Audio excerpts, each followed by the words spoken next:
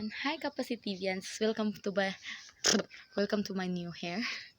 Welcome to this Positivians vlog. So ang dami kong pimples. Hindi ko alam kung bakit nagka-pimples talaga ako. Kaya huwag na natin yung focusan.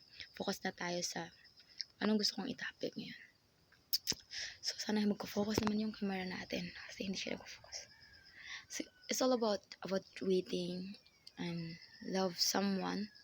I knew dadating po yung tamang oras, tamang panahon, at ang panahon talaga yung magsasabi sa tamang tao para sa'yo eh. Pwedeng nagmahal ka ngayon, pero at the end iiwan ka. At the end, magbabago yung pag-ibig niya at pag-ibig mo sa kanya. Kaya walang forever. That's why yung panahon talaga magsasabi sa tamang tao at sa maling tao sa buhay mo. Yun nga lang, kaya ko nga to na-open up ngayon kasi kanina po na-open up na naman yung waiting spirit ko again. Kasi kanina po pumunta po kami sa may birthday po kasi sa kasama namin sa church, mga nanay at tatay na sila. Si nanay, yung nanay namin dito sa church, isa sa mga kasama namin. So, topic dun, pag-usapan namin dun yung pagsimula nila ng pagmamahalan at mga advice nila about sa pag-aasawa. Kasi sabi nila, ang pag-aasawa ay hindi isang araw lang, kundi ito'y panghabang buhay at makakasama mo to. Kahit hindi mo naman gusto, kahit maiinis ka na, makakasama mo to ng mataas na panahon habang nabubuhay ka. Kaya, gusto ko pong i-awake ang lahat na pag nagmahal kayo, huwag masyado yung padalos-dalos yung puso mo. Huwag yung masyadong i-force o pilitin ang isang bagay kasi mahal mo. Huwag mong ipagsigawan. Huwag ka masyadong atat o hot for that feelings. Kasi yung pag-ibig, yung feelings na nararamdaman mo, pag nasaktan ka, mawawala yan eh. Pag nainis ka na, mawawala na yan. Kasi ano lang yan, chemical reaction. Sabi ng isang seminar na pag-aralan niya na it is chemical reaction. Yung magmahal ka, nagkakagusto ka. Pero if that is not a true love, dili tinutong ko mausab na siya. If mausab na ang gugma, that's not a true love. Kundi, that is a chemical reaction.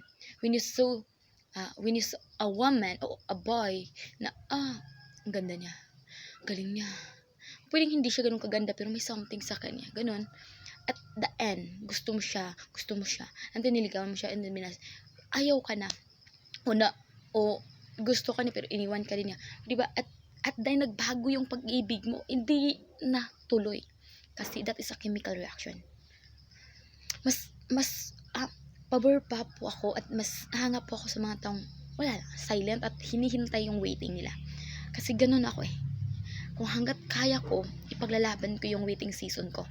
Hanggat kaya ko, kailangan kong linisin ang waiting season ko. Huwag mong hayaang madumihan yan. Yung waiting season mo, hayaan mo, si Lord lang talaga yung pure. Kasi kaya nga tayo nag-wait kasi gusto natin, unahin muna si Lord. Kung may tao kang tinitibok ng puso mo, kung kailangan pilitin mo munang patayin, pilitin mo munang itago, pilitin mo munang ayaw, pilitin mo munang tumayo sa sarili mo at mahalin ang sarili mo kasama yung Diyos sa buhay mo. Ano si Lord lang talaga. Kailangan mo yung gawin eh. Kasi hindi maganda yung waiting season mo. Kung pangit eh, nadudumihan na to. Kaya ako, para sa akin, isa sa nakakainis sa akin o yung dinudumihan yung waiting season ko. Kasi gusto kong maghintay. Gusto ko dadating na lang yung tamang araw na masasabi talaga ng kasama mo sa church. Kasama, kayo pala talaga, no? Kahit wala, kayo pala talaga. Ma-amaze. Siya din pala, no? Wow, amazing yung waiting season mo. Ang linis. Inuna mo si Lord. Yun yung maganda sa waiting season. Naggusto ko at gusto na marami. Pero minsan kahit gusto natin na malinis na waiting season kasi nga potential partner na to, potential antayin namin. Pero alam na ng buong church, alam na mahal isa't isa, nagsisigawan na kayo, nagpo-post na kayo, ano na kayo, marami na nakaalam na may pag-ibig kayo. Okay lang kung may nakakaalam pero hindi masyadong hot, diba? Yung mas maganda yung na-miss nga ako eh sa isang relasyon dito. May ikakasal po kasi dito sa amin sa church this coming June. So, na-miss ako kasi yung lalaki talaga, silent lang. At yung babae, of course, oo, umibig din. Pero, hindi nila pinagsigawan eh. Kung nagbahagi man yung isa sa kanila, o nagbahagi, siguro, nagbahagi nga, pero sa pinaka-close lang. Walang nakakalam. Sa entire church namin, siguro kami lang ang may alam na may gusto siya. May gusto din yung isa. Ganun. Ganun. Walang nakakaalam. At nung sinabi na, nagpaalam na, na-amaze na lang talaga yung lahat eh. Pero hindi din sila nagsasama. Hindi din sila kasi develop yung nangyari. Diba? Develop yun. Hindi, yun yung maganda eh. Kung may nagkagusto, na-amaze ako nito. Wala masyadong, kasi yung lalaki, focus lang sa Diyos. Tapos yung focus din sa Diyos, pero umibig din. Diba? Dahil yung isa, nakokontrol niya kasi wala siyang pag-ibig. Ay, hindi ibig sabihin wala siyang pag-ibig. Ay, wala pa siya. Hindi pa niya nakikita nga na siya na ba talaga that time. At yung isa, parang gusto niya. Pero yung maganda kay Lord, ginawa, pinartner na yun eh. At naging maganda yung story nila. Hanggang sa nagpaalam, na yung lalaki, sabi niya, nagkagusto na siya, na-develop na siya. Yun yung amazing, di ba? So gusto ko pong i-wake up yung waiting season nyo. Ipaglaban nyo yung waiting season nyo. Maganda talaga yung waiting, yung taong naghihintay. Hindi ka naghihintay na, ang pangit kasi minsan ngayon, nag-order ka, kinuha mo na. Ay, inalagaan mo na, hinaghintay ka na lang ng right time. Ang sinabi dito, wait the right person. If you're waiting, you should wait the right person and you should wait the right time. Because the right person, dadating sa right time. Oh. Kaya gusto ko tong sabihin sa inyo. Kung hindi ka pa sigurado sa taong yan, hindi ka pa sigurado sa nararamdaman mo, then let him go, let her go. Let the Lord nga mold sa iyong heart. Let the Lord to change their heart. Let the Lord. May mangyayari. Kasi sabi ng Diyos sa salita niya, if muobey ka, if maninood ka sa iya, I will give the desire of your heart. If true ka kay Lord, faithful ka kay Lord, ibibigay niya ang desire ng puso mo. Basta hindi ito nakakasama sa'yo. Pag ito'y nakakabuti, ibibigay niya. Nakakabuti ba ang magkaasawa? Magmahal at mahalin pabalik? Oo, nakakabuti yun. Pero ang hindi kaya pwedeng ibigay ni Lord yan. Pero kung yung lalaking yan o yung babaeng yan hindi nakakabuti sa'yo, huwag kang umasa ibigay ni Lord. Huwag mo muna siyang hingiin kay Lord. Sabihin mo, Lord, baguhin mo siya. Kung siya, bibigay mo siya sa akin. Pero kung nakita mo ang isang tao na maganda yung stand sa Diyos, tapos maganda yung stand mo, malaki yung malaki yung mangyari talaga, na ibibigay talaga ni Lord. Kaya yun lang, wait the right time.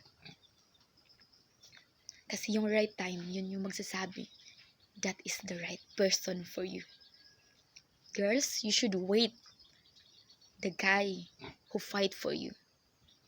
You should wait the guy mamahalin ka talaga. Yung walang ibang mamahalin kundi ikaw lang pagdating ng panahon.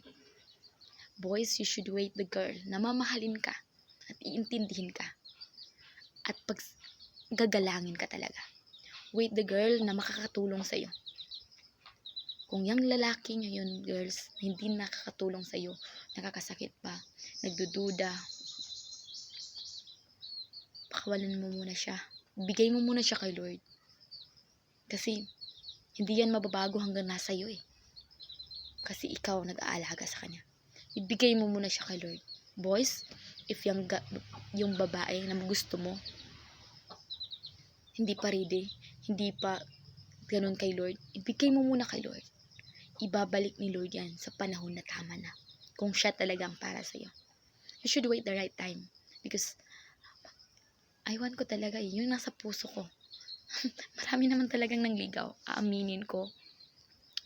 Sa panahon na yun na season ko as a, naghihintay. As a Christian, as a believer. Mahirap to eh. Kasi minsan mag-iisip ka na sana dadating na din. Oo. Pero sa panahon dumating, may taong ipapadala. Siguro, trials, susubukan ako.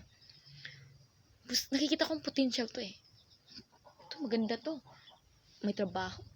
Nakapagtapos ng pag-aaral. Pero the moment na magliligaw na siya, sinasabihan talaga ako ni Lord na, relax lang, hayaan mo muna siya. At doon, at the end, nalaman ko na, ay nakahanap na siya ng iba, hindi nakapaghintay. At isa pa, meron. May mga bagay na hindi ko naiintindihan sa buhay ko. Siguro dahil nangako talaga ako kay Lord sa paghihintay. Faithful kasi yun si Lord. Sinabi ko yung maghintay ako Lord sa right time. Kaya at that time, na posibleng magka-potential, that is a potential partner, gustuhin ko. Pero binabago ng Diyos ang puso ko eh. Hindi ko alam kung bakit nagbabago. Hindi talaga ako nakakaramdam ng pag-ibig. Kahit pa crush na crush ko ang isang tao, tapos nangligaw sa akin. Hindi ko alam. Hindi ko na siya gusto. Because God is faithful. Hinawakan na yung sinabi kong hihintayin ko yung right time. At kasama ang right person. Kasi, sigurado ako na dadating yan. Hindi ko alam kung sino talaga, pero walang araw dadating siya sa buhay ko. So that's why, gusto ko kayong i-encourage to fight your waiting season. Patindihan to ng waiting. Patindihan ng waiting. Huwag kang sumuko. Laban lang. Kaya mo yan. Again, this is Maisie, the positive vlogger in your pan. So, I give glory to our God, only God, the creator, the amazing God, the plan, that this God nga gumagawa ng destiny, God na nagpaplano sa love life nating lahat, sa lahat ng mga single. Saludo ako sa inyong paghihintay, sa lahat ng mga single na nagsusumikap na ihanda ang sarili para sa taong mamahalin nila. Saludo ako sa inyo. At sa lahat ng mga babaeng minamahal una si Lord, saludo ako sa inyo. Ang Diyos yung maluwalhati sa buhay ninyo. Kasi sigurado ako, magiging magandang asawa kayo balang araw. Mga lalaki na inuuna si Lord, si Lord lang talaga. Saludo ako sa inyo. Sigurado ako, magiging mabuti kayong asawa kasi minahal niyo yung Diyos sa buhay ninyo. Noong una pa lang.